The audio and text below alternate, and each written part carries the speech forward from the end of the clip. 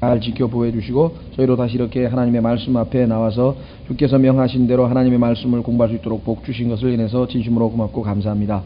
아버지 하나님, 또 더더군다나 이 마지막 때가 다 된 이때 주님께서 저희에게 이 계시록 말씀을 통해서 주님께서 가지고 계신 웅장하고 참으로 놀라우신 섭리와 그 모든 계획들을 주님께서 다 펼쳐주시니 진심으로 고맙고 감사합니다. 주님, 저희가 이제 교회 시대를 지금 공부하고 있습니다. 아버지 하나님께서 예언하신 대로 이 교회는 이제 라오디케아 교회 시대가 되었고 참으로 살았으나 죽어버린 교회가 되었고 참으로 부하다 하나 실제적으로는 영적으로 가난해진 그러한 교회 시대에 우리가 살고 있습니다. 그럼에도 불구하고 주께서 남은 자들이 있고 깨어있는 자들이라고 있다 하셨사오니 주님, 저희가 그 남은 자들이 되어서 또 깨어있는 자들이 되어서 주께서 맡기신 바 마지막 사명들을 다 감당할 수 있게 되기를 원합니다. 저희가 비록 게으르고 저희가 비록 나약하고 주님 보시기 합당치 않은 것이 온통 그것뿐이오나 주님 은혜로 주님의 자비와 긍휼로 저희가 다시 일으킴을 얻고 은혜의 보좌 앞에 필요한 때에 모든 것을 필요를 채워주시는 주님께 나와 모든 것을 간구합니다. 무엇보다도 주께서 하나님의 말씀을 주셨사오니 그 말씀을 깨닫게 하시고 그 말씀을 참으로 저희가 믿게 하시고 믿은 말씀에 순종케 하셔서 그 순종을 통해 귀한 열매를 맺으시고 주님께서 온전히 주님의 뜻을 온전히 성취하시기를 간절히 빌고 원합니다. 저희가 오늘 하나님 말씀 배울 때 저희는 무지하고 무능하고 무기력합니다. 주님 도와주심으로 주님께서 약속하신 대로 진리의 영으로 인도해 주시기 원합니다. 특히 주께서 말씀의 사역자로 불러주신 자가 심히 부족하고 심히 나약하고 또 무지하고 무기력한 줄 주님께 고백드리오니 약속하신 대로 능하게 하시고 주님의 역사하심으로 온전히 참으로 말씀의 사역을 성취하시고 하나님께는 기쁨과 영광을 드리고 우리 모두에게는 큰 축복이 되고 유익이 되는 그러한 귀한 시간으로 주님께서 복 주시기를 간절히 빌고 원합니다. 여러가지 사정으로 참석하지 못한 모든 형제자매님들 어디 있든지 주님께서 그들을 다 돌봐주시고 특히 육체적으로 어렵고 힘든 가운데 있는 형제자매들 다 돌봐주셔서 주님의 참으로 위로와 또 주님의 치유의 손길이 함께 하시기를 빌고 원합니다. 이 시간을 주님 산에 부탁드리옵고 이 모든 말씀을 우리 주 예수 그리스도 이름으로 기도하옵나이다. 아멘.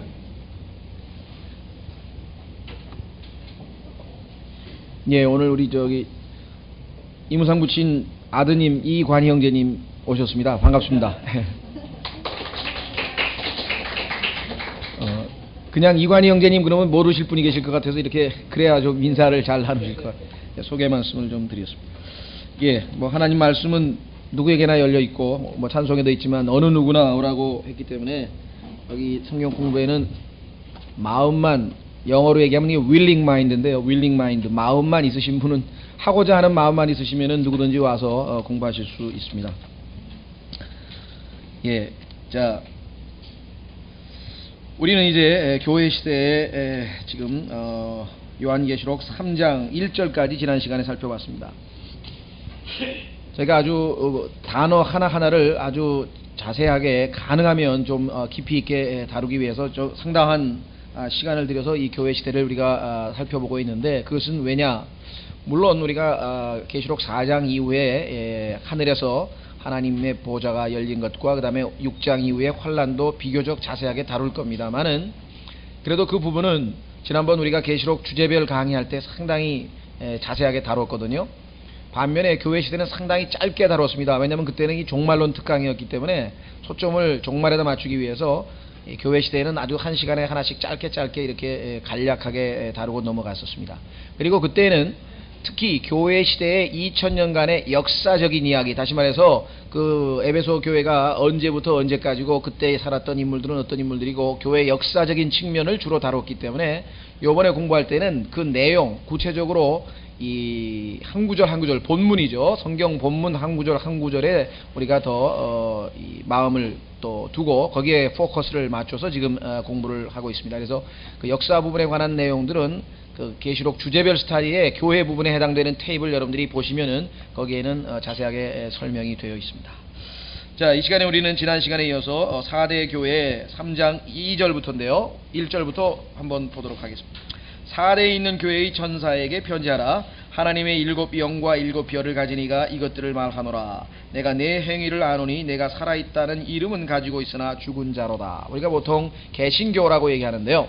지난번에 우리는 두아디라 교회가 에베소 교회와 그 다음에 서머나 교회와 그 다음에 버가모 교회, 이 세 교회 시대를 거치면서 이제 아주 제도화된 체계화된 그러한 교회가 두아디라 교회고, 그것은 오늘날 로마 카톨릭 교회라고 했습니다. 그래서 주님께서 오실 때까지 그 로마 가톨릭 교회라고 하는 것이 그대로 형태가 남아 있을 것을 말씀드렸죠. 그래서 계시록 7교회에 보면은 첫 교회, 둘째 교회, 세 번째 교회까지는 주님께서 내가 올 때까지라고 하는 재림에 대한 언급이 없습니다. 왜냐하면 그 세 교회가 합쳐져서 네 번째 교회가 됐기 때문에. 그런데 네 번째 교회에서부터는 이제 주님이 오실 때까지 그 체제가 그대로 유지되죠. 그래서 두아디레 교회 그대로 남아있고, 그 다음에 우리가 얘기하는 4대 교회, 우리가 개신교회라고 하는 4대 교회도 그대로 형태가 유지되어 있죠. 지금 뭐 장로교, 침례교, 그 다음에 뭐 감리교 이런 교회가 그대로 남아있습니다.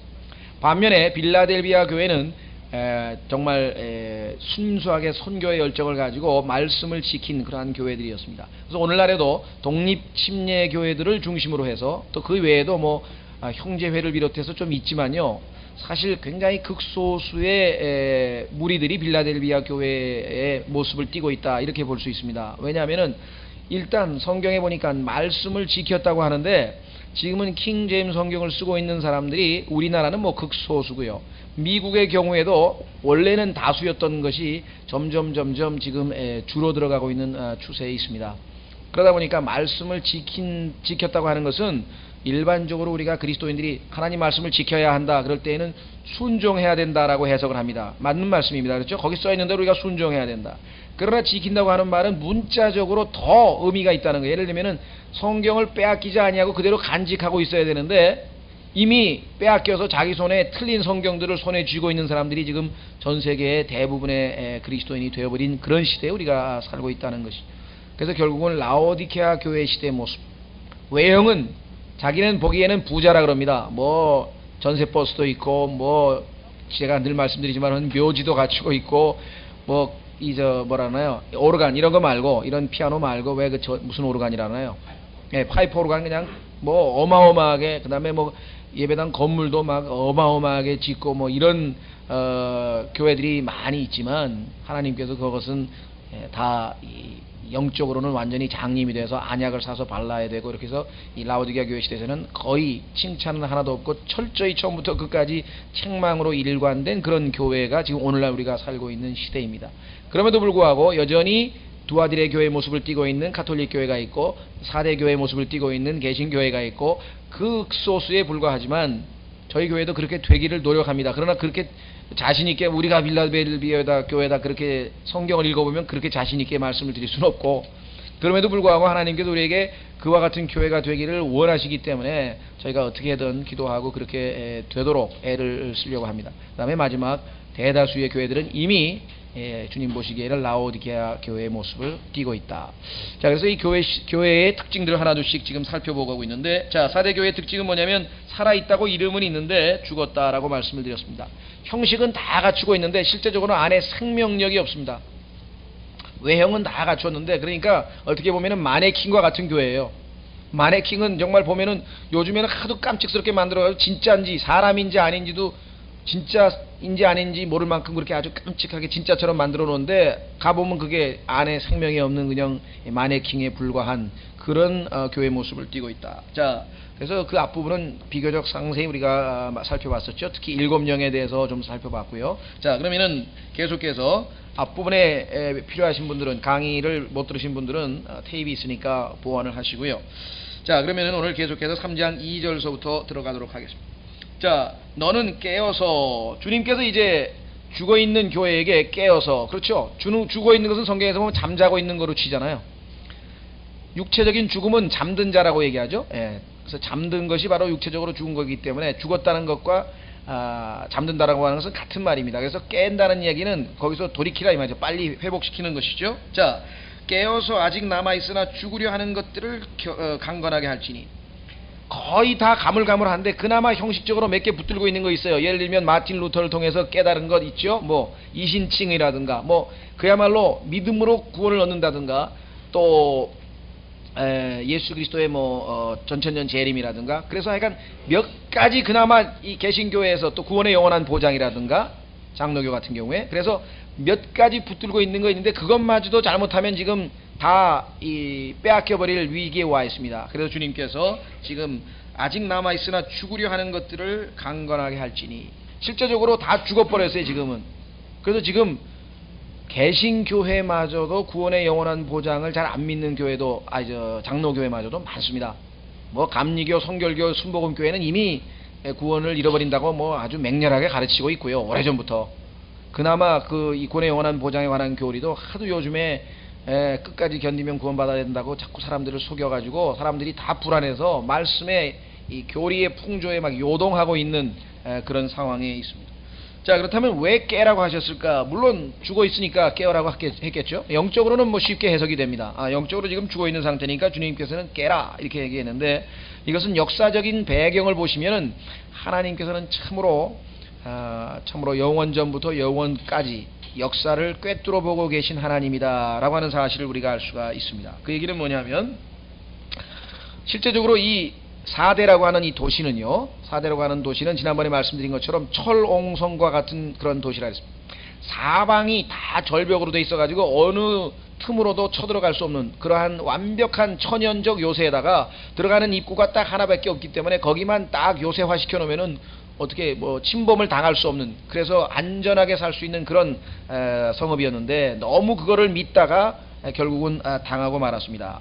자, 어떤 일이 벌어졌냐면요, 뭐 역사서에 나오는 거니까요. 헤로도토스라고 하는 그 역사가가 쓴 책에 보면은 고레스라고 하는, 우리는 그 성경에 고레스라고 하는 페르시아 왕 아시죠? 느부갓네살 왕을 느부갓네살의 그 바빌론 제국을 뒤를 이어서 페르시아 왕국이 이루어졌는데, 그 페르시아의 첫 번째 왕이 고레스고 두 번째가 다리우스고 이렇게 해서 성경에 나옵니다. 자, 그 고레스 시절에 보면은 이들이 포위를 당한 적이 있었습니다. 그런데 알다시피 도저히 이것은 함락이 불가능한 성이었어요.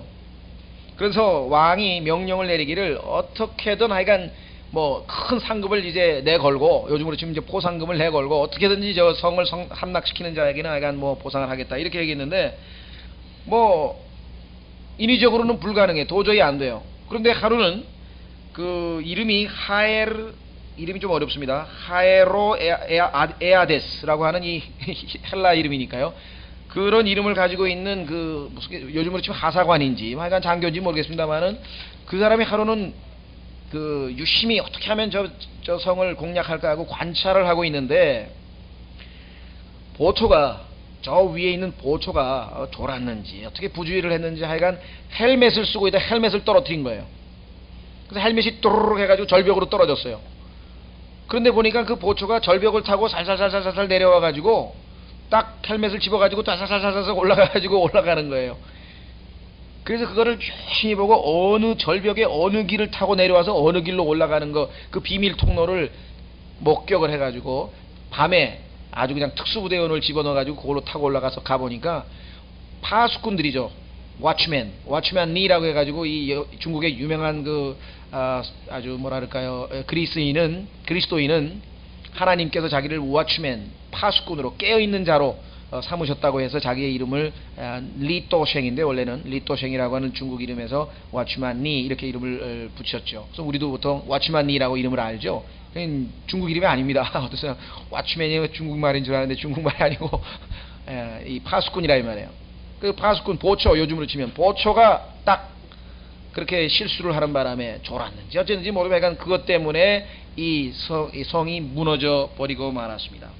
올라가 보니까 보초 쓰는 놈이 아무도 없어요. 왜? 어차피 못 올라올 거니까. 그렇죠?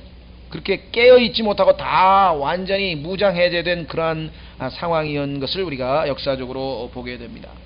자, 그래서 우리는 역사를 주관하시는 하나님께서 이 도시의 역사를 다 꿰뚫고 있는 거예요. 그러니까 왜 4대 교회를 택하셨는가? 아시아에 보면은요, 이외에도 여기에 나와 있는 7교회 이외에도 골로새 교회도 있었고 뭐 데살로니가 교회도 교회가 많이 있었는데, 요 7교회를 하나님께서 선택하신 것은 전부 역사적인 배경이 있어요. 지난번에도 다 말씀을 드렸었잖아요. 두아디리아를 비롯해서 버가모 이런 도시를 택한 이유가 있다. 다름 아닌 바로 이 사대라고 하는 도시가 바로 너무 자만해서 너무 완벽하다고, 우리는 뭐 이신칭의에다가 구원의 영원한 보장에다가 전천년 재림에다가 뭐 완벽하게 뭐 우리는 뭐 끄떡없다고 말이죠. 이런 식으로 자신만만했지만 벌써 가톨릭의 유아 세례가 그대로 묻어 있었죠. 그 다음에 가톨릭에서 했던 국가교회, 종교와 정치는 완전히 분리되어야 된다고 주님께서 말씀하셨는데, 국가교회라고 하는 치명적인 누룩, 정치와 종교가 붙으면은 부패한다고 주께서 성경에 분명하게 말씀하셨고, 예수님께서도 가해사의 것은 가해사에게, 그렇죠? 정치는 정치가 하고 종교는 하나님의 것은 하나님께, 이렇게 분리시켜 놨는데 이것을 하나로 만든 국가 교회를 만들었기 때문에 문제가 생기. 그래서 그 이외에도 보면은 많은 누룩들이 그대로 남아 있었습니다. 그나마 가지고 있는 것도 주님께서 이거 다 잃어버리기 전에 지금 깨라고 질책을 지금 하고 계신 것을 보게 됩니다. 자, 그래서 우리는 이 깨라고 하는 말이 단순히 그냥 영적으로 너는 죽었으니까 깨라, 물론 그런 의미지만 왜 이 도시가 선택이 됐고 그 역사적으로 깨어있지 못함으로 말미암아 비극적인 역사를 가지고 있는 이 시대, 이 4대 주민들 중에서, 4대라고 하는 도시에 살고 있는 사람들 중에서 구원받은 사람이 4대 교회 성도들 아니에요. 그러니까 자기 역사 모르겠어요? 역사 다 알죠. 우리가 마치 뭐 율곡에 뭐 10만 뭐 양병설인가 뭐 그거 있잖아요. 10만 명을 군대를 대비하자고 율곡이 얘기했는데 다른 사람들이, 일본에 사신으로 갔다 온 사람들이 침략할 리가 없다고 그래가지고 임진왜란 터진 거하고 별다를 게 없잖아요. 그렇죠. 그래서 이 역사를 통해서 배워야만 합니다. 성경에도요 반복해서, 여기도 지금 나옵니다만 기억하라. 역사를 통해서 배우지 못하는 사람은 똑같은 역사의 우를 되풀이한다, 이렇게 얘기를 합니다. 근데 아이러니컬하게도 헤겔인가요? 제가 학자 이름은 잘 모르겠습니다만 아주 유명한 말을 했어요. 그 얘기는 뭐냐면, 인간의 역사죠. 인간의 역사는 인간이 역사로부터 아무것도 배우지 못한다는 사실을 가르쳐 준다, 이렇게 얘기. 창세기부터 시작해서 한번 보십시오. 만약에 인간이 역사로부터 뭔가를 배웠다면 어떻게 그렇게 역사가 똑같이 되풀이되는가? 전에 있었던 일이 오늘 있고 오늘 있은 일이 또 다음에 있을 것이며, 성경에 보면은 역사가 반복해서 되풀이되고, 인간은 극소수를 제외하고는 역사로부터 아무것도 배우지 못한다는 사실 우리가 입증을 합니다. 전쟁이 얼마나 무서운가를 인간이 배웠다면은 어떻게 1차 세계대전이 터진 지 30년도 안 돼가지고 그 인류 최고의 문명 국가라고 하는 유럽에서 또 2차 세계대전이 터지겠어요? 역사로부터 요만큼이라도 배웠다면은, 그렇죠? 예, 마찬가지입니다. 4대 교회도 지금 하나님께서 역사를 통해서 뭔가를 배우라고 지금 말씀을 하셨는데 과연 얼마만큼 받아들였는가는 여러분들이 한번 생각을 해 보시길 바랍니다. 자, 그래서 너는 깨어서 아직 남아있으나 죽으려 하는 것들을 강건하게 할지니 이는 내가 하나님 앞에서 내 행위의 완전함을 찾지 못하였음이라. 행위는 있어요. 행위가 없는 게 아닙니다. 이때 행위라고 하는 것은 일인데요, 하나님을 위해서 일을 합니다. 일을 하기는 하는데 그 내적 동기가 하나님 보시기에 완전하지가 못해요. 자, 복음을 전하던, 성경을 공부하던, 아니면 뭐 교회를 위해서 봉사를 하던, 헌금을 내던, 뭘 하든 간에 행위는 있어요. 그러나 하나님 보시기에 완전하지가 않다. 왜 그렇습니까? 하나님께서는 겉만 보는 게 아니거든요. 실적 가지고 하나님 앞에 설 수 있는 게 아니에요. 하나님께서는 항상 마음을 보시고 동기를 보기 때문에 과부가 낸 2렙돈, 과부가 낸 동전 2개는 우리가 볼 때는 아무것도 아니지만 하나님 보시기에는 그게 그 사람의 전부예요. 다 드린 거예요. 100%. 그러나 훨씬 바리새인처럼 금덩어리 하나를 쨍그랑하고 떨어뜨렸어도 하나님 보시기에는 과부가 더 많이 냈다고 말씀하신 것을 우리가 알 수 있잖아요. 마찬가지입니다. 여기서도 우리가 외형적으로 뭔가 많이 했다고 해서 하나님 앞에 내놓을 것이 아니라, 그것이 금이냐 은이냐 보석이냐 아니면 나무냐 풀이냐 건초냐에 따라서 달라지듯이, 여기서도 지금 주님께서 너희도 아직도 뭔가 행위는 있어요. 주님을 위해서 열심히 일을 하기는 하는데 내가 보기에는 완전치 못하다고 말씀을 했습니다. 겉보기는 그리하지만 마음이 없다. 이것은 이사야서 29장 한번 찾아보겠습니다. 이사야서 29장 13절에 이스라엘 백성에게도 하신 말씀이거든요. 역사가 되풀이된다는 거 한번 생각해 보세요. 이스라엘 역사를 우리가 왜 공부해야 됩니까? 구약 성경을 공부해야 되는 이유는 우리가 교훈을 얻기 위해서, 또 우리가 배우기 위해서 그렇다 그랬잖아요. 그런데 그리스도인이 구약 성경을 읽으면 아하, 이스라엘 백성들도 겉으로는 그럴싸했지만 마음은 합당치 않았구나. 그런데 보니까 또 교회 시대에도 주님께서 4대 교회다 또 그 얘기를 하시는 거예요. 역사는 되풀이된다. 자, 이사야서 29장에 보시면 이렇게 기록을 했습니다. 13절. 이사야서 29장 13절. 저희도 이게 두려운 겁니다. 비록 우리도 주일날 모여서 다 예배드리고 또 오후에 성경 공부도 하고 또 토요일날 성경 공부도 하고 수요일날도 모여서 다 기도회도 하고 또 한 달에 한 번씩 프리칭도 나가고 책도 찍어내고 외형은 다 갖췄어요. 과연 마음이 담겨 있는가? 이건 아무도 모르는 거죠. 이사야서 29장 13절 그러므로 주께서 이르시되 이 백성이 자기 입으로는 나를 가까이 하며 자기 입술로는 나를 공경하되 그들의 마음은 내게서 멀리 떠났으니 이것이 바로 4대 교회의 모습을 구약시대의 언어로 표현한 말입니다. 그들이 나를 두려워하는 것은 단지 사람들의 훈계로 가르침을 받는 것일 뿐이니라. 자, 주님께서 지적하신 상황입니다. 자, 마태복음 23장에도 역시 주님께서 이미 초림 때도 말씀을 하셨습니다. 한번 확인해 보겠습니다. 마태복음 23장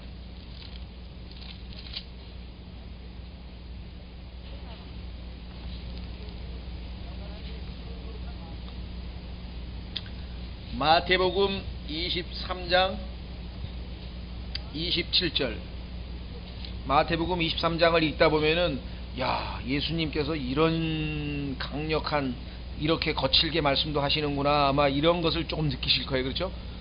우리는 항상 부드러운 예수님, 그렇죠? 우리 교회를 향해서는, 자기 성도들을 향해서는 주님께서 너무나 정말 부드러우시고 온유하시고 하지만, 자, 여기 보시면 화 있을 진저 너희 서기관들과 바리새인들 위선자들이여, 이는 너희가 마치 회칠한 돌무덤 같기 때문이니 그 겉은 참으로 아름답게 보이나 그 속은 죽은 사람의 뼈와 모든 부정한 것으로 가득하도다. 보세요. 하나님께서는 아까도 4대 교회의 역사를 꿰뚫어 보면서 4대 교회에 대해서 깨어나라 하고 말씀하신 것처럼 이번에는 유대인들을 대상으로 말씀하시는데, 유대인들의 무덤은 전부 다 저렇게 하얗게 벽에다가 석회석을 쫙 발라놨거든요. 그러니까 하얗게 석회석을 바른 건 얼마나 깨끗해요, 무덤이. 근데 속에는 지금 시체가 썩는 거 아니에요. 그러니까 그게 바로 너희 모습하고 똑같다고 너무나 적나라하게 지적을 하시는 것이에요. 자, 28절 이와 같이 너희도 겉으로는 사람들에게 의롭게 보이되, 이것입니다. 사람들을 의식하면서 주님의 일을 하는 거예요. 뭘 하나 해도 내가 탁 하면은 아, 저 사람 신앙 좋은데 그 소리 듣고 싶어가지고 탁 기도할 때도 보면은, 그렇죠? 어떠십니까 여러분들? 사람을 전혀 의식하지 않고 하나님을 의식하고 해야 되는데, 어떨 때 보면은 나의 행동 중에, 나의 신앙생활 중에 너무 사람 때문에 의식을 해서 행동하는 게, 자, 사람들에게 의롭게 보이되 속은 위선과 불법으로 가득하도다. 화 있을 지저 너희 서기관들과 바리새인들 위선자들이여, 이는 너희가 대언자들의 묘를 만들고 쭉 얘기가 나왔습니다. 자, 그래서 우리는 항상 내적인 동기가 주님 앞에 올바라야 된다. 역시 4대 교회에도 그대로 적용이 됩니다. 다시 계시록으로 가서요. 자, 그러므로 세 번째 3절입니다. 내가 어떻게 받았으며 어떻게 들었는지 기억하고, 처음에 우리가 첫사랑 얘기했듯이 처음에 복음을 정확하게 알게 되었을 때, 진리를 깨달았을 때, 그때 상태로 돌아가야 된다 이 말이죠. 그때 얻었던 감격, 그때 얻었던 기쁨, 그때 주님께 헌신하고자, 진리를 알고 진리에 헌신코자 했던 마음들, 이런 것들입니다. 자, 그 다음에 그러니까 그러므로가 두 번 나오네요. 그러므로 내가 이렇게 어떻게 받았으며 어떻게 들었는지 기억하고 굳게 붙잡아 회개하라. 그런즉, 이 그런즉도 우리말로는 하나는 그러므로고 하나는 그런즉이지만 영어로는 사실 이게 똑같은 말입니다. Therefore라고 하는 말. 두 번의 그러므로, 그런즉 이런 표현이 나왔는데요. 하나는 그러므로 어떻게 하라? 회개하라고 하는, 회개를 촉구하는 말씀이고, 그 다음에 만약에 회개하지 않으면 어떤 일이 벌어지는가? 어떤 일이 벌어집니까? 예, 여기 나와 있는 것처럼 주님께서 이르러서 심판하시겠다. 내가 도둑같이 이르리니 라고 하는 경고의 메시지가 지금 들어있는 것을 보게 됩니다. 자, 그래서 우리는 내가 어떻게 받았으며 어떻게 들었는지 기억하고 굳게 붙잡아 회개하라.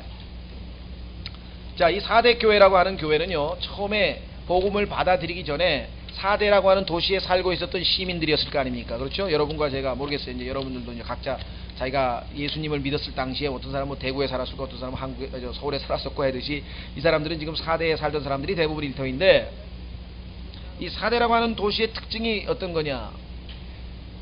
너무나 이 뭐라 그럴까요? 사치에 물들고, 요즘에 뭐 강남의 로데오 거리라 그러나요? 압구정동의 로데오 거리인가 뭐 그런 데 가면 하여간 좀 뭐 그냥 그 젊은 애들이 미국에서 이렇게 교포들이 와서 뭐 엑스타시인가 뭐 그거 막 먹으면서 그냥 또 뭐 이 고급 외제 승용차 몰고 다니면서 막 하는 그 우리로 치면 가장 좀 어떻게 보면은 도덕적으로 좀 타락한 지역, 뭐 강남 로데오 뭐 어떻게 보면 또 뭐 지나치게 사치스러운 지역 이렇게 얘기하잖아요.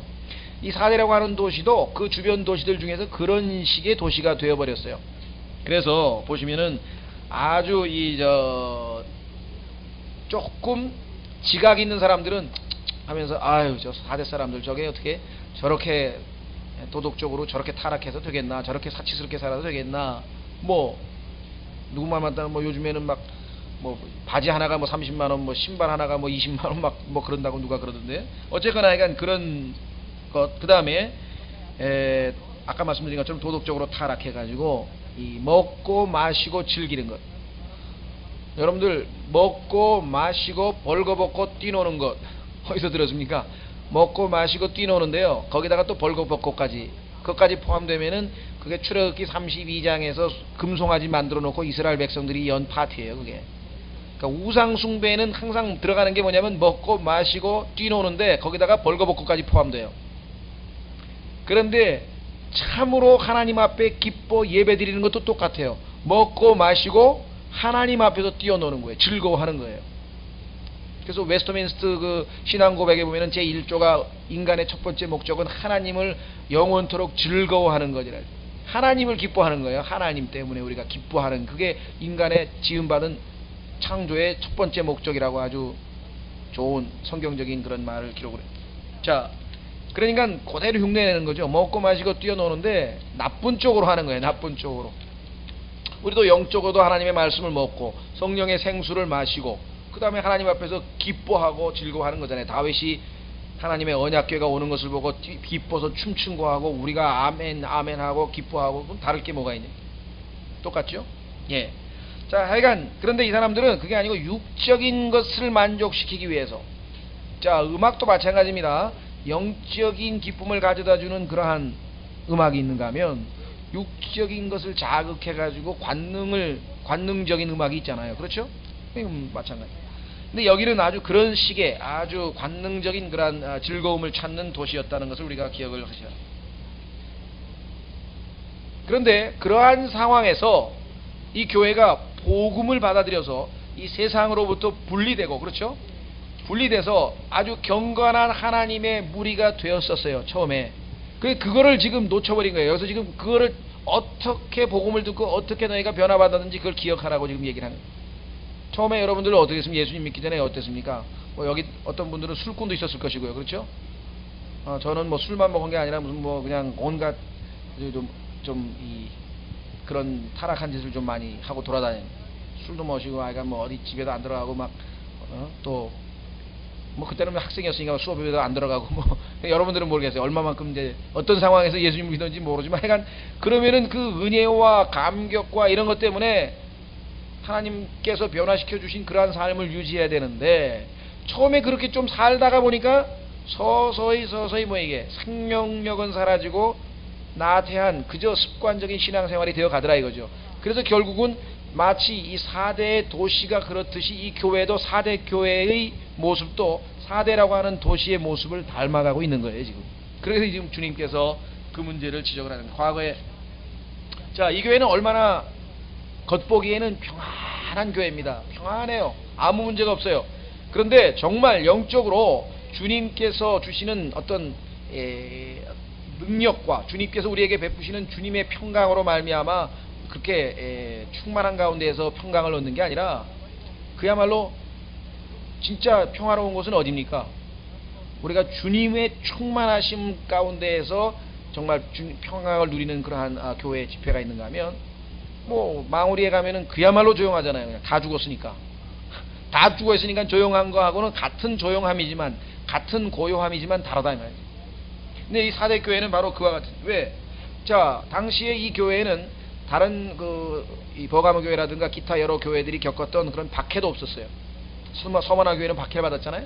이 교회는 박해도 없었고, 그 다음에 우상 숭배의 압력도 없었고, 예를 들면 시저의 동상을 만들어 놓고 절을 하라 이런 압력도 없었고, 자, 그 다음에 교회 내부에 이단도 없었습니다. 교리적으로 그래도 바로 잡혀 있잖아요. 비교적 중요한 교리들을 다 바로 잡았잖아요. 그래서 교리적으로 이단도 별로 없었고, 그다음에 세상으로부터의 어떤 그 트러블, 세상이로부터의 환란도 없었어요.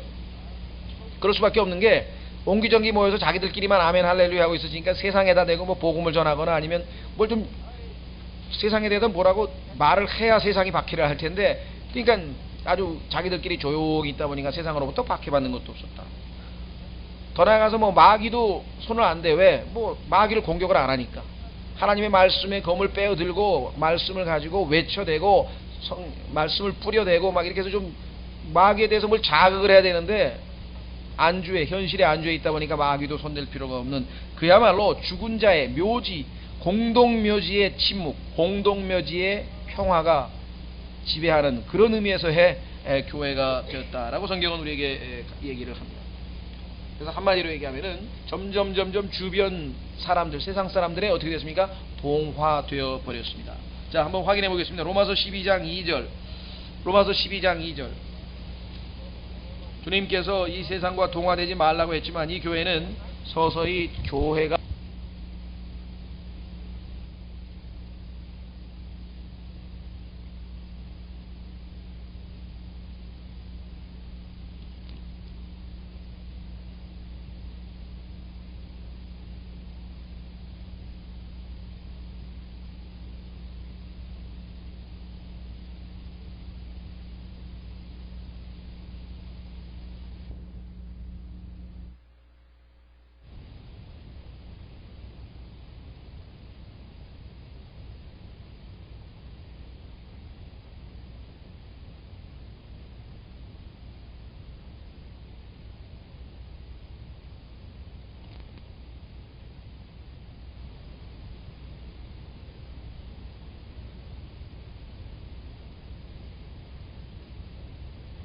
동화되어서 구분이 안 가요. 옷차림도 구분도 안 가고 언어도 구분이 안 가고 생활도 구분이 안 가고 모든 게 구분이 안 가요. 자, 로마서 12장 2절에 말씀하신 것, 너희는 이 세상에 동화되지 말고 오직 너희 생각을 새롭게 함으로 변화를 받아 하나님의 선하시고 받으실만 하며 완전하신 뜻이 무엇인지 입증하도록 하라. 동화가 되어버렸습니다. 그런 교회가 바로 이 4대 교회였습니다. 자, 그래서 주님께서는 다시 얘기합니다. 그러므로 내가 어떻게 받았으며 어떻게 들었는지를 어떻게 하라고 했습니까? 기억하라고 했죠. 기억. 회개의 첫 번째 단추는 뭐냐? 회개를 내가 해야 되겠다. 지금 이 상태로는 내가 신앙생활이 안 되겠다. 그렇게 해서 회개를 마음 먹으려면 첫 번째 단추가 뭐냐면은 과거에 주님과 만났던 그 상황을 기억을 하는 겁니다. 기억을 되살리는 거예요. 그래야 느슨했던 마음이 옛날에 주님과의 첫 번째 만남으로, 첫사랑으로 회복시켜 줄 수가 있어요. 그래서 이 기억하라. 구약에 보면 얼마나 많이 나오고 신약에도 지금 보면 굉장히 많습니다. 자, 그러면은 하나님께서 이스라엘 백성들에게 어떻게 기억하라고, 무엇을 기억하라고 하셨는가를 우리가 한번 찾아보면 신약에서 우리에게도 그대로 영적으로 적용하시면 되겠죠. 한번 확인해 보겠습니다. 이스라엘 백성들이 출애굽의 어마어마한 축복, 그렇죠? 어린 양으로 말미암아 양을 문설주에 바르고 그래서 임방에 바르고 해서 하나님께서 출애굽시켰고, 그 다음에 홍해를 건널 때 엄청난 기적을 체험했고 불기둥과 구름기둥으로 인도하심을 받았고, 그야말로 이게 상상을 초월하는 초자연적인 하나님의 능력을 맛봤는데 어느새 불평불만이 가득하고 어느새 지금 마음이 해이해졌습니다. 그래서 모세가 죽기 전에 다시 한번, 그게 두 번째란 뜻이에요. 그래서 신명기라고 하는 영어 단어는 듀트로노미가 합쳐서 듀트로가 두 번째란 뜻이에요. 그 다음에 놈이라고 하는 말은 법이란 뜻입니다. 영어에 norm이라고 하는 단어 아시죠? N-O-R-M, norm. 그 단어하고 듀트로노미하고 같은 말이에요. 두 번째 율법, 다시 말하면 출애굽할 때 시내산에서 받은 율법을 선포했는데 그거 까맣게 잊어버리고 전부 다 딴청 부리고 있어가지고 모세가 두 번째로 자기가 죽기 전에 하나님으로부터 그 비스가산에서 다시 한번 요단강을 모압 땅에서 다시 한번 두 번째로 율법을 설파하는, 그것이 바로 신명기라고 하는 책입니다. 그 신명기에 보면은 모세가 과거를 기억하라고 계속해서 촉구하고 있는 것을 보게 된다 이 말이죠. 자, 한번 확인해 보겠습니다. 신명기 5장 15절.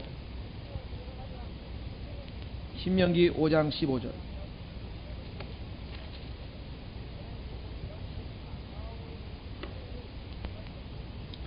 자, 신명기 5장 15절에 이렇게 말씀합니다. 너는 기억하라. 너는 기억하라. 뭘 기억합니까? 내가 이집트 땅에서 종 되었을 때 주 내 하나님이 강한 손과 펴신 팔로 너를 거기서 인도하여 내었나니 그러므로 주 내 하나님이 내게 명령하여 안식일을 지키라 하느니라. 자, 여기 보시면은 뭘 기억하냐면요, 종 되었을 때, 다시 말하면 여러분들이 예수 그리스도의 종이 되기 전에는 과거에는 마귀의 종이었다는 것이고 죄의 종이었다는 것이고, 그 다음에 뭐 욕심의 종이었던 사람, 돈의 종이었던 사람, 미움의 종이었던 사람, 게으름의 종이었던 사람, 뭐 아니면 뭐 권력의 종이었던 사람, 노름의 종인 사람도 있죠. 요즘에 마약의 종된 사람도 있고요. 하여간 어떤 형태로든 여러분들은 하여간 예수 그리스도의 종이 아니라 죄의 종이었고 마귀의 종이었다라고 하는 사실을 여러분들이 기억을 하셔야만 합니다. 그래야 내가 다시 그 상태로 돌아간다는 게 얼마나 있어서는 안 되는 일인가를 깨닫게 되겠죠. 두 번째로 7장 18절 신명기, 계속해서 신명기로 갑니다. 모세는 또 기억하라고 말했습니다. 신명기 7장 18절.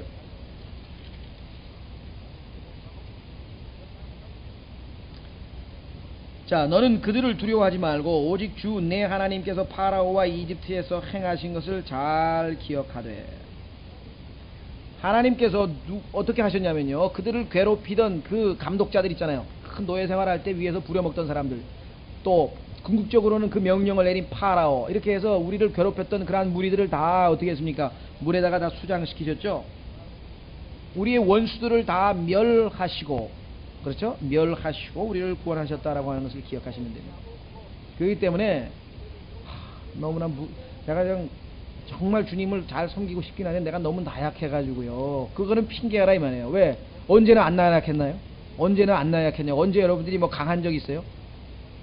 화투 칠 때 강하고 텔레비 볼 때 강하고, 그때는 그냥 밤새고 텔레비 보고 밤새고 화투 치니까 육신적으로는 힘이 셌지. 그러나 성경 공부하면 1시간만 하면 어깨가 쑤시고 막 허리가 쑤시고, 그 다음에 기도하면 5분만 하면 그 다음부터 이제 뭐 기도할 게 없어. 제목이 생각이 안 나고. 그게 우리잖아요. 그러니까 영적으로는 얼마나 우리가 나약하고 무기하고, 옛날부터 그랬다. 옛날부터. 그러나 하나님이 믿음을 통해서 이루시니까, 자, 그래서 우리는 지금 내가 비록 타락했어도 얼마든지 다시 일어나서 새 출발할 수 있다는 것을 기억하셔야 돼요. 어떤 사람은 난 너무나 무기력해서 이제 뭐 어떻게 해볼 도리가 없다 그러는데, 그거는 자기 생각이고요. 자, 기억을 되살리면은 원래부터 무기력할 때 우리를 인도하신 거죠. 세 번째로 8장 2절, 신명기 8장 2절. 주 내 하나님께서 이 40년 동안 광야에서 너를 인도하신 그 모든 길을 기억할지니. 인생 내내 한순간도 안 빼고 인도하신 거예요. 여러분 생각하기에는 하나님께서 상당 기간 침묵도 하신 것 같고, 하나님께서 어떨 때에는 나를 버리신 것 같기도 하고, 그렇게 보인 것 같지만 그건 아니에요. 하나님께서는 한순간도 여러분들을 놓쳐보신 적이 없다. 그야말로 불꽃 같은 눈동자로 다 지켜보셨고, 우리가 필요할 때는 징계도 내리셨고 고난도 주셨고, 때로는 내버려 두시기도 하고 때로는 간섭하시기도 하고, 이렇게 해서 결국은 인생 내내 내가 느끼든 못 느끼든 간에 일단 인도하신 것이 분명합니다. 이스라엘 사람들은 심지어는 뭐라 그랬어요? 우리 가운데 하나님이 계신가? 이렇게 해서 하나님을 시험해서 하나님을 진노를 불러일으켰다고 성경에 있잖아요. 우리 가운데 하나님이 계신가 안 계신가 그랬다니까요. 하나님 지금 인도하고 계신데도 그런 불신의 마음을 품었던 것을 우리가 보게 됩니다. 자, 그래서 신명기 9장 7절, 이것이 이제 우리에게는 가장 은혜가 되는 말씀인 것 같습니다. 신명기 9장 7절. 우리가 마지막으로 기억해야 될 사실은 무엇인가? 일곱 번째, 7절. 너는 광야에서 주 내 하나님의 진노를 일으키던 일을 잊지 말고 기억하라. 우리가 아마 자식이 부모를 어느 때 내가 속을 상하게 해드렸고, 어느 때 부모님이 화를 내고 어느 때 싫어하시더라, 이거를 잘 기억하면 아마 효자 될 거예요. 그렇죠? 부모님이 싫어하는 거 다 아니까. 마찬가지로 이스라엘도 하나님께서 무엇을 싫어하시고 어느 때 진노하셨던가, 여기 보시면은 7절에 주 내 하나님의 진노를 일으키던 일을 잊지 말고 기억하라. 내가 이 땅을 떠나 오던 날부터 이곳에 이르기까지 늘 주를 거역하였을 때. 사실 하나님 입장에서 보면은요, 우리가 100% 순종한 적이 거의 없어요. 아브라함도 하나님 보시기에는 처음에 떠나라고 했을 때도 절반쯤 순종해가지고 롯도 데리고 갔고요. 그렇죠? 중간에 하나님께서 다 먹여주시고 입어주시는데 그게 또 가뭄이 드니까 또 그게 불안해가지고 또 가지 말라는 이집트로 가가지고 또 어물짱거리다가 또 부인은 또 뭐 여동생이니 뭐 이래가지고 또 하나님 앞에 계속해서 우리가 보기에는 아브라함뿐만이 아니죠. 그러니 뭐 성경에 이름도 못 들이밀 우리 같은 사람이 얼마나 아브라함보다 훨씬 더 거역을 많이 했겠습니까? 그러니까 그냥 하나님 다 아시는 거예요. 너는 처음부터 끝까지 보니까 왜 그래요? 여전히 목이 고다요. 목이 뻣뻣해가지고 이 교만한 거죠. 내적으로 완악한 거예요. 왜? 마음이야. 마음. 모든 게 마음의 문제거든요. 그래서 하나님께서 우리의 마음을 부드럽게 그렇게 계속해서 하셔야만 우리가 주님께 순종하고 할 수 있다는 겁니다. 자, 그래서 이때에도 겸손히 주님 앞에 나아가면 지금 상태가 과거에 비해서 뭐 그렇게 아주 저거만한 건 아니다. 그래서 주님께서 얼마든지 그러한 진노에도 불구하고 우리를 완전히 내버리지 아니하시고 지금도 인도하고 계시다. 마찬가지입니다. 사대교회에게도 동일한 얘기를 하는 거예요. 지금이라도 우리가 돌이키면, 그래서 거기 보시면 회개하라고 하는 말이 나오죠. 다시 돌아갑니다. 요한계시록 3장, 그래서 3절에 보시면 그러므로 내가 어떻게 받았으며 어떻게 되려든지 기억하고, 그 다음에 굳게 붙잡아요. 왜? 아직 몇 개 남은 게 있잖아요. 아까 다 안 잃어버리고 몇 개 남은 거 있잖아요. 그것만이라도 굳게 붙잡아야 돼. 그 다음에는 뭐야? 잃어버린 것들은 돌이켜야 돼요. 회개하라. 그래서 기억하고 굳게 붙잡아 회개하라. 사실은 이걸 가지고 설교를 해야 되는데 설교를 하면 안 되니까 오늘은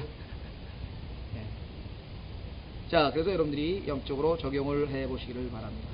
자, 그런즉 만일 내가 깨어있지 아니하면 내가 도둑같이 내게 이르리니. 자, 아까 그러므로는 회개하라고 한 얘기고, 요번에 그런즉은 이제 안 하면 어떻게 하시겠느냐? 이르겠다. 어느 시각에 내게 이른지를 내가 알지 못하리라. 이렇게 얘기했습니다. 자, 이르신다고 하는 말이 두 번이 나오는데 이 말은 온다는 말이죠. 영어로는 come입니다.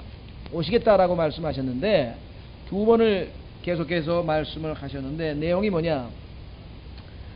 자, 우리가 보통 주님께서 오신다고 할 때 보면은요, 여러 가지 있습니다. 예를 들면은 구출해 주시기 위해서 오시겠다.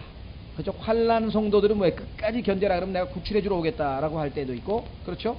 우리도 마찬가지죠. 휴거 데리러 오겠다. 하늘나라로 내가 나 있는 곳에 너를 데려가겠다라고 데려가시기 위해서 오시는 겁니다. 좋은 의미로 오시는 거죠. 그런데 여기는 그게 아니라 이게 나쁜 의미로 오는 거예요. 이게 도우러 오시는 것도 아니고 교제하고 싶으셔서 오시는 것도 아니고 어떻게 하러 오시는 거예요? 징계하고 심판하러 오시는 거예요. 그것처럼 두려운 게 없죠. 그렇죠? 이것은 더 이상 복된 소망, 즉 그리스도인에게 해당되는 게 아니라는 것을 알 수가 있습니다. 우리 그리스도인들은 지금 어느 걸 기다립니까? 징계를 기다리는 것도 아니고 환난을 기다리는 것도 아니고 고난을 기다리는 것도 아닙니다. 고난 가운데 있지만은 주님이 오시면 모든 것이 반전되는 거죠. 그래서 휴거돼서 주님과 함께 영원히 거하게 될 그 복된 소망을 가지고 있는데, 여기 해당되는 사람은 그런 사람들이 아니에요. 더럽혀진 주님의 집을 주님께서 싹 청소하듯이 이게 정결케 하고 정화시키기 위해서 오시는 겁니다. 그야말로 도둑처럼 오시는 건데요. 데살로니가전서 5장으로, 데살로니가전서 5장에 보면은 도둑처럼 오신다. 우리 그리스도인들에게는 도둑처럼 오시지 않습니다. 우리는 신부를 데리러 오시는 거기 때문에, 자, 그래서 성경에서 이 도둑처럼 온다고 하는 말은 전부 다 교회가 휴거된 이후에 재림 때 심판주로 오실 때의 모습입니다. 심판주로 오실 때. 자, 데살로니가전서 5장에 보시면은 기록하기를 1절, 그러나 형제들아 그때와 그 시기에 관하여는 내가 너희에게 쓸 필요가 없나니 이는 주의 날이 밤에 도둑같이 이를 줄을 너희 자신이 완전히 알기 때문이요. 또 사람들이 평화와 안전을 말할 그때에 아이벤 여자에게 해산의 고통이 임하는 것 같이 갑작스런 파멸이 그들 위에 임하기 때문이니 그들이 피하지 못하리라. 그들입니다. 그들. 파멸하는 것은 그들이지 우리가 아니에요. 너희가 아니에요. 교회 성도는 이미 올라가고 없는 것이. 자, 그래서 4절 나와 있죠. 그러나 형제들아 너희는 어둠 속에 있지 아니하며 그날이 도둑같이 너희를 덮치지 못하리라. 그리스도인은 도둑같이 덮칠 수가 없죠. 이미 올라가고 없으니까. 너희는 다 빛의 자녀여 낮의 자녀라. 우리가 밤이나 어둠에 속하지 아니하나니. 그렇게 돼. 자, 그러면 여기 보시면은 3절에 우리에게 힌트를 주는 구절이 있어요. 그것은 뭐냐면 여기에 아이벤 여자에게 해산이 고통이 임하는 것 같이, 아이벤 여자에게 해산의 고통이 임한다고 하는 표현은 구약의 예언서에도 계속해서 반복적으로 나옵니다. 이것은 뭐냐면 환란 시대의 유대인이 예수 그리스도께서 오심으로 말미암아 메시아로 인해서 완전히 회개하고 돌이켜서 정말 이 제사장 국가로 변신하는, 그렇잖아요. 엄마 뱃속에 있던 아기가 탁 태어나면 그냥 벌써 완전히 딴 세상이 되는 거죠. 그래서 이 환란 때의 이스라엘의 고난에 관한 언급이 늘 해산하는 여인의 고통으로 표시되어 있습니다. 이거는 구약에서 읽을 때도 항상 밑줄을 쳐서 읽어보시면 늘 문맥이 그와 같은 것입니다. 따라서 여기는 교회 시대의 성도가 아니라고 하는 사실을 잘 아셔야 합니다.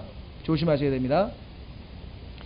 신랑이 신부를 데려오는 것이 아니라고 하는 것, 다음에 복된 소망이 아니라고 하는 것, 그래서 심판과 보응을 하시기 위해서 하나님께서 오시는 주의 날이라고 하는 사실.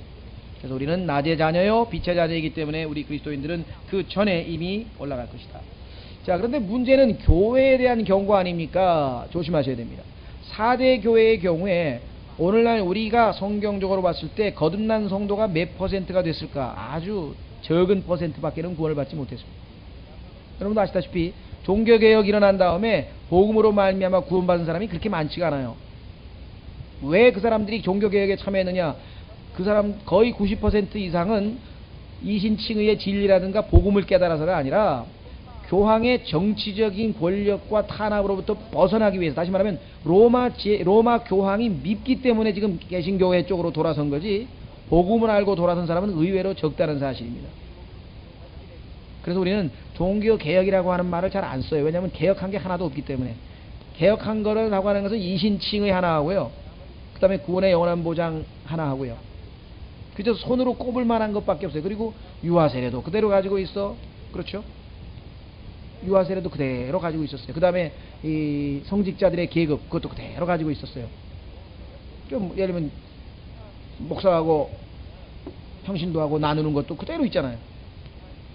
그 다음에 또 그대로 남아있는 것도 뭐가 있어요? 아까 말씀드린 교회국가, 그 카톨릭에서 빠져나갔는데 교회국가 그대로 있어요.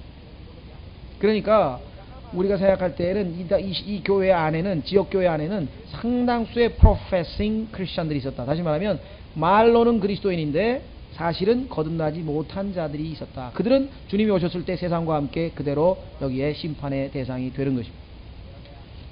여러분들 지금 대한민국에 크리스찬이 몇 명인지 아십니까? 통계 잡힌 것이 개신교도가 1300만이에요 카톨릭이 350만에서 400만이에요 그러면 1600만 1700만이거든요 지금.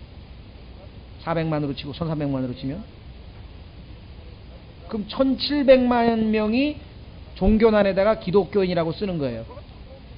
그러니까 여러분들 보기에는 몇 명이 구원받은 것 같습니다. 우리는 뭐 함부로 판단은 못하지만 어떤 사람은 미국의 경우를 써놨는데 난 지금도 아직도 좀 의문이에요. 정말 그 정도까지 적을까? 그런데 상당히 신뢰할 만한 분이에요. 그분이 내가 보기에는 존경할 만한 분이고, 그런데 그분이 자기 책에다 써놓기를 100분의 1이라고 해요. 100분의 1. 자기가 보기에는 미국의 크리스찬 중에서 100분의 1이 거듭난 성도 같다는 거예요. 자기가 20년 30년 목회한 경험에 의하면. 저는 제 개인적인 생각으로는 한국에서 한 10분의 1은 된다고 생각했거든요. 저는. 그러면 1700만 중에서 10분의 1이면 170만인데 그분 말에 의하면 17만밖에 안 된다는 소리인데, 저는 그렇게까지 보고 싶지는 않아요. 잘 모르겠어요. 어쨌거나 그분도 뭐 근거가 있으니까 얘기를 했겠지만 그렇게 많지 않다라고 하는 사실을 우리가 아셔야 됩니다. 그래서 우리는 종교개혁이 얼마만큼 과대 포장되고 부풀려 있는가를 한번 생각해요. 종교개혁. 종교개혁의 성경에서 사람들은 위대한 개혁을 했다고 했지만 하나님 보시기에는 뭐 4대 교회 수준밖에는 된 것이 없다는 사실을 우리가 기억을 하셔야만 합니다. 그래서 4대 교회 누구를 심판한다? 자, 계시록 다시 돌아갑니다. 누구를 심판한다 그랬습니까? 주님께서 오셔서 3장 보세요. 어디 있습니까? 내게 이르르니, 도둑같이 이르르니 어느 시각에 내게 이르는지 내가 알지 못하리라. 그랬죠? 자, 보세요. 4대에도 자기 옷을 더럽히지 아니한 몇 이름이 내게 있어. 퍼센테이지가 얼마만큼 되는 것 같아요, 여러분 생각? 주님 가서 보니까 몇 있다는 게 몇. 아주 극소수라고 하는 걸 알 수 있겠죠? 자, 그들이 흰 옷을 입고 나와 함께 걸으니 이는 그들이 합당한 자들이기 때문이라, 이렇게 되어 있습니다. 그래서 우리가 보기에는 당시에 4대 교회는 상당수의 거듭나지 않은 이름뿐인 그리스도인 또는 성도들이 많이 있었을 것이다. 그들은 휴거되지 못하고 결국은 주님이 도둑같이 오실 때에 그분을 맞이하게 되는 그런 정말 비참한 일이 벌어지게 되겠죠. 자, 그 다음에 계속해서 보겠습니다. 4대에도 자기 옷을 더럽히지 아니한 몇 이름. 자, 여러분들 옷이라고 하는 것은 두 가지죠. 첫 번째, 예수 그리스도께서 우리에게 주신 옷이죠. 그래서 예수님이 우리의 옷이 된다고 말씀하셨습니다. 우리가 예수님으로 옷 입었다. 자, 어떻게 옷 입었냐? 예수님께서 성령님께서 우리가 예수님을 믿을 때 우리를 안으로 집어넣었어요. 그러면 보이지 않는 예수 그리스도의 몸이 있는데 예수 그리스도를 믿는 자를 그 안에다가 집어넣었으니까 우리는 감추어진 거죠. 그래서 그것을 옷 입었다라고 하는 표현으로 씁니다. 그것을 성경에서는 고린도전서에 나오는 성령 침례라고 합니다. 침례에 대해서도 오늘날 아주 이 성경에 대한 무지가 많이 있는데요. 그 중에서도 성령 침례하면 무슨 사람들은 구원과 상관없이 무슨 능력을 받고 뭐 이상한 쪽으로 자꾸 해석을 하려고 하는데, 성경에서 얘기하는 성령 침례라고 하는 것은 뭐냐면 성령에 의하여 잠겼다 이 말입니다. 우리가 물 침례하면은 뭡니까? 물 속으로 잠기는 게 물 침례 아니에요. 그렇죠? 그래서 장사돼 가지고 이제 다시 나온 것처럼 침례의 핵심 의미는 뭐냐면 잠기는 겁니다. 그럼 물 속에 쑥 잠기면은 물로 옷 입은 거죠. 안 보이잖아요. 마찬가지로 예수 그리스도를 믿는 순간에 우리는 알 수 없지만 하나님께서 성령님을 시켜서 성령님께 의하여 by죠. 성령님에 의하여 우리가 예수 그리스도의 몸 안으로 into the body 이렇게 성경이 돼요. 몸 안으로 들어가는 거예요. 그러니까 여러분과 저는 지금 예수 그리스도의 몸 안에 들어와 있어요. 그러니까 하나님께서 우리를 보실 때 직접 보지 않아요. 여러분과 저를 직접 보면 어떻게 살아요? 여러분과 제가 하나님께서는 순결하셔서 차마 악을 보지 못한다는데 매일 죄를 짓고 사는 우리를 어떻게 보세요? 또 우리 안에 육체 안에 죄가 있다고 얘기를 했는데 그걸 어떻게 보시냐고요. 하나님께서는. 그러니까 하나님께서는 예수 그리스도로 지금 보이지 않는 영적인 옷을 우리가 입고 있는 것을 통해서 우리를 보기 때문에 항상 100% 거룩하고 100% 깨끗하고 100% 완전한 여러분과 저를 보는 거예요. 하나님 보시기에는. 그럼 우리 쪽에서 보면은 옷으로 가리긴 가렸지만 우리의 안에서의 우리의 영적 상태는 그리하지 못할 때가 여전히 많이 있는 거죠. 그 차이점 우리가 기억하시면 됩니다. 두 번째는 성경에서 옷이라고 하면은 성도들의 의라고 했습니다. 성도들의 의 한번 확인해 보겠습니다. 아까 3장 18절 한번 보겠습니다. 계시록 3장 18절.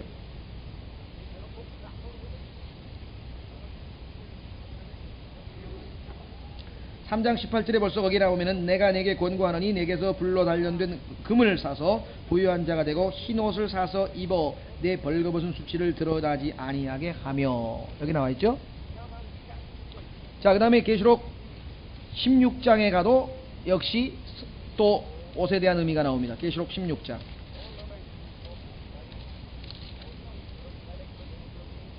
15절. 보라, 내가 도둑같이 오리니 깨어있어 자기 옷을 지키고 벌거벗고 다니지 아니하여 자기 수치를 보이지 아니하는 자는 복이 있도다. 자, 계속해서 19장으로 가도 역시 마찬가지 19장 14절과 8절 19장 8절. 또 그녀에게 깨끗하고 희고 고운 아마포 옷을 차려 입도록 허락하셨으니 이는 고운 아마포가 성도들의 의이기 때문이라 하더니 14절. 하늘에 있는 군대들이 희고 깨끗한 고운 아마포 옷을 입고 흰 말을 타고 그분을 따르더라. 자, 따라서 여기서 지금 흰 옷을 입고 나와 함께 걷는 자들은 구원받은 성도입니다. 그렇죠? 두 번째로 적용할 수 있는 것은 구원받은 성도가 예수 그리스도로 옷을 입었지만, 그렇죠, 예수 그리스도로 옷을 입었지만 그 이후에 그가 주님을 위해서 행한 의로운 행실이 아마포니까 그 의로운 행실이 있는가 없는가에 따라서 또 두 번째 의미가 부여되겠죠. 그래서 문맥에 따라서 우리가 조심스럽게 적용을 해야 될 것 같아요. 왜냐하면은 첫 번째 옷은 구원받은 성도에게 누구에게나 다 주는 것이거든요. 그래서 여기서 지금 문맥에 와서는요, 3절은 구원받지 못한 사람들을 주님께서 재림 때 심판하신다는 이야기니까 4절의 경우에는 구원받은 성도에 대한 언급이라고 우리가 문맥에 따라서 해석을 해보시면 될 것 같습니다. 자, 그 다음에 우리가 한 가지 구절 계속해서 봅니다. 놀라운 사실은 그들이 합당한 자들이기 때문이다.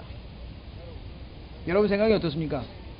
많은 사람들이 이 구절을 읽으면은 고민해요. 왜?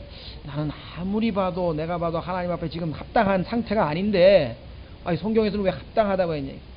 이 합당하다는 말은 함부로 쓰는 말이 아니거든요. 성경에 보니까 합당하다고 할 때는요, 예수 그리스도께서 그 유다지파의 사자 어린 양이신 예수님께서 하나님의 그 봉인을 떼기에 합당하다든가 경배 받으시기에 합당하다든가, 이 하나님이 찬양 받으시기에 합당하신 분, 이때 쓰는 말이에요. 그래서 합당하다는 말은 거의 하나님께 대해서 주로 쓰이는 말이거든요. 찬양 받으시기에 마땅하신 하나님, 그때 쓰는 말이에요, 이 단어가. 근데 하나님께서 우리를 보고 합당하다? 야, 이건 아무리 봐도 아닌 것 같은데, 여기에서 이제 믿음이 필요한 거예요. 왜? 하나님 아까도 말씀드리지 뭐예요? 예수 그리스도를 통해서 우리를 볼 때 예수님처럼 똑같이 봐주는 거기 때문에 합당한 거죠. 예수님 덕분에, 그분께서 우리에게 주신 하나님의 의 덕분에, 그분의 보혈 덕분에, 그래서 이거는 믿음으로 얻는 의니까, 여러분들이 여기서 하나님이 합당하다고 했는데 난 아무리 봐도 합당하지 않은 것 같아, 이렇게 얘기하는 것은 불신이 됩니다. 자, 로마서 4장에서 뭐라고 얘기했어요? 경건치 아니한 자를, 내가 아무리 봐도 경건치 않은데 하나님께서 나보고 의롭다 그런 거예요. 그러면 내가 보기에는 의롭지 않은데 하나님이 나를 의롭다 그러면 어떤 게 맞는 말이에요? 하나님의 말씀이 맞죠. 왜? 하나님은 나를 어떻게 봐요? 예수 그리스도로 옷 입은 의로운 자로 본다 이 말이죠. 거기에 믿음이 필요해서 그것을 믿는 자는 그 믿음을 의롭게 여긴다고 하신 로마서 말씀이 바로 그 내용입니다. 자, 그래서 우리는 여기에서 이 합당하다고 하는 말을 우리가 꼭 짚고 넘어가고 싶습니다. 자, 한 가지만 하고 마치겠습니다. 이 합당하다는 말이 반대의 개념으로 쓰인 구절이 하나 있어요. 한번 확인해 보겠습니다. 다 좋은 의미로 주로 쓰이는데, 이 합당하다는 말이 정반대로, 예를 들면 하나님의 진노를 받기에 합당한 자들, 이런 말이 있거든요. 그게 사실은 여러분과 저의 과거였는데, 이게 하나님께서 같이 거닐기에 합당한 자가 됐으니, 이게 이런 엄청난 변화가 이게 있을 수 있겠습니까 이게? 자, 계시록 16장 6절. 계시록 16장 6절에 보시면요, 계시록 16장 6절. 이는 그들이 성도들과 대언자들의 피를 흘렸음이니이다. 주께서 그들에게 피를 주어 마시게 하셨사오니 그 까닭은 그것이 그들에게 마땅하기 때문이니이다. 성도들의 피를 흘린 그러한 자들이 겪어야 될 심판은 마땅하다. 사실 그 말은 우리에게도 적용하면 맞는 말입니다. 그렇죠? 우리가 예수 그리스도를 믿기 전에는 하나님의 원수라고 성경에 얘기했으니까 우리도 당연히 마땅히 벌 받는 게, 지옥 가는 게 마땅하지만, 우리가 여기 보시면은 함께 주님과 영원토록 함께 새 하늘에서 살게 될 그러한 자로, 합당한 자로 인식되었다, 받아들였다라고 성경은 이야기를 하고 있습니다. 자, 그렇게 해서 우리는 그 다음에 좀 쉬었다가요, 사대교회 5절서부터 계속해서 하겠습니다. 교회 시대 내용이 조금 깁니다만 우리가 말씀드린 대로 오늘날 우리에게 적용할 계시록 9절은 아무래도 이 교회 시대 내용이기 때문에 조금 자세히 합니다. 좀 쉬었다가 하겠습니다.